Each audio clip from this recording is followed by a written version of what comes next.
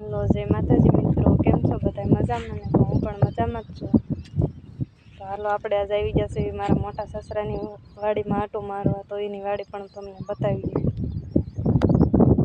મારા મોટા હાહરાની એને ગુવાર વાવ્યો છે, કપા વાવ્યો છે. તો આવો કાંક ગુવાર થઈ ગયો છે. ગુવારને ફાલ પણ હોતક મેણો છે આવવા, મસ્તનો ગુવાર થઈ ગયો છે. તો આજે આપણે એની વાડીમાં આટો મારીશું.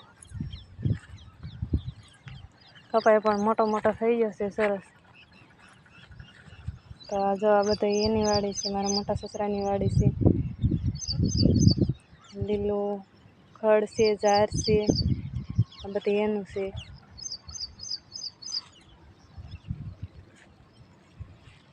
બાજુમાં જો આવો પવન છકો કહેવામાં આવે છે. શું ઉપયોગમાં આવે છે એ તો આપણને કાંઈ અનુભવ નથી. અમારા ગામ બાજુ તો જો કે નથી, પિયરના ગામ બાજુ. તો આની બાજુ આવા બહુ છે પવન છકો. તો આને શું ઉપયોગમાં આવે છે આપણને કાંઈ જાણ નથી. જેને જાણ હોય એ કોમેન્ટ કરીને કહેજો.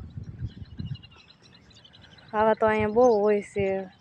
ત્યારે તો તમને બહુ દેખાશે નહીં, વાતાવરણ થોડુંક ઓલું છે. જો કે તડકો ને એવું હોય તો બધા હામાં દેખાય, તોય તમને બતાવી જો. આ તો હાવ અમારા વાડીની બાજુમાં જ છે, એટલે આ તો બતાવશે.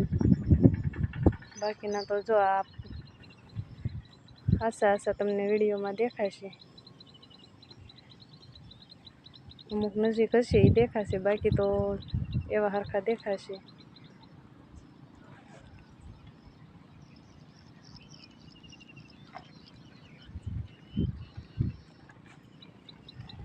ધીમે ધીમે શરૂ થાય છે. હવે શરૂ થાય એટલે આમ થોડોક અવાજ આવે અંદર, આમ કેમ કાંક ખખડતું હોય,